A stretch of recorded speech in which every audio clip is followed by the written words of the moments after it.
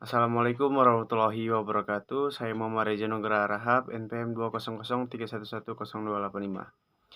Video ini dibuat untuk menyelesaikan tugas filsafat saya. Materi yang saya gunakan adalah filsafat etika. Filsafat etika biasanya dinilai dari segi baik dan buruknya tingkah laku manusia dalam kehidupan sehari-hari. Tapi etika acap kali kita anggap adalah suatu yang sama dengan etiket, moral, ataupun akhlak.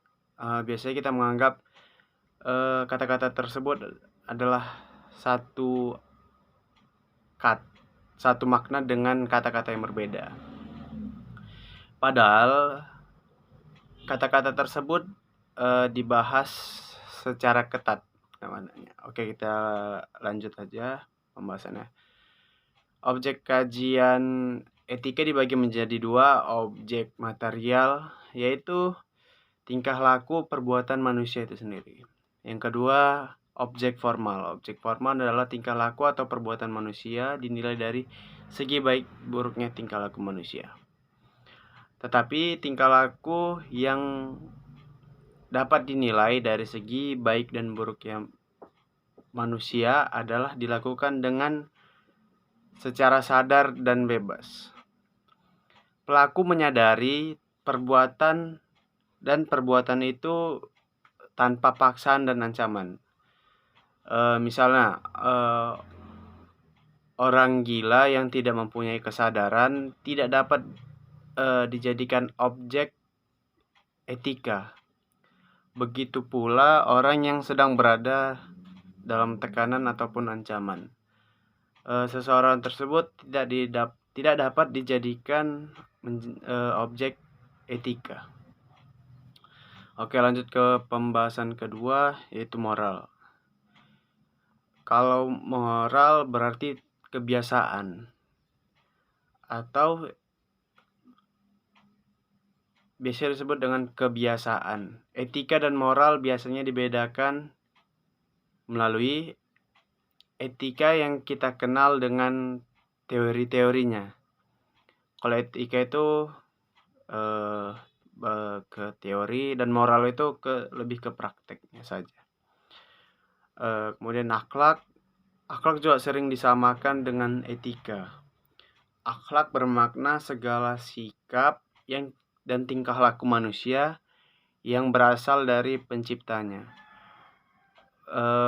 Maka dari itu, apa yang dilakukan manusia yang tidak bercerminkan sifat-sifat sang pencipta, maka disebut tidak berakhlak. Oke, yang keempat, etiket. Etiket berarti sopan santun. Secara khusus dapat diartikan etiket hanya berlaku dalam pergaulan saja yang sudah diatur sebelumnya atau menjadi sebuah kebiasaan ya. Bersifat relatif dan memandang dari lahiriahnya saja. Oke. Contohnya dengan memakan, masyarakat biasa memakan suatu nasi atau dalam memakan diharuskan menggunakan tangan kanan, diwajibkan. Padahal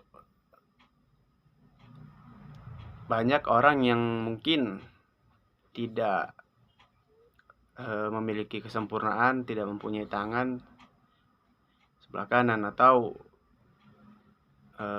dengan contoh lain, kiri dari lahir atau kidal. Itu tidak bisa dijadikan sebuah patokan gitu. Kemudian mungkin di suatu daerah menghabiskan sebuah nasi itu adalah mengucapkan syukur bagi kita, atau biasa kita sebut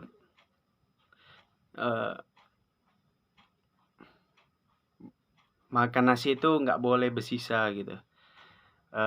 Artinya tidak boleh mubazir atau membuang-buang beras gitu.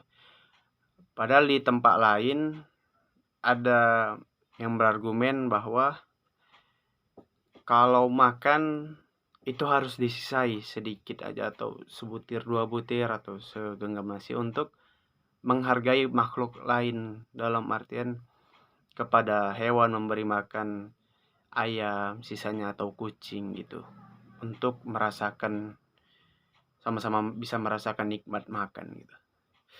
Mungkin itu saja yang bisa saya sampaikan, Bu. Lebih dan kurang saya minta maaf.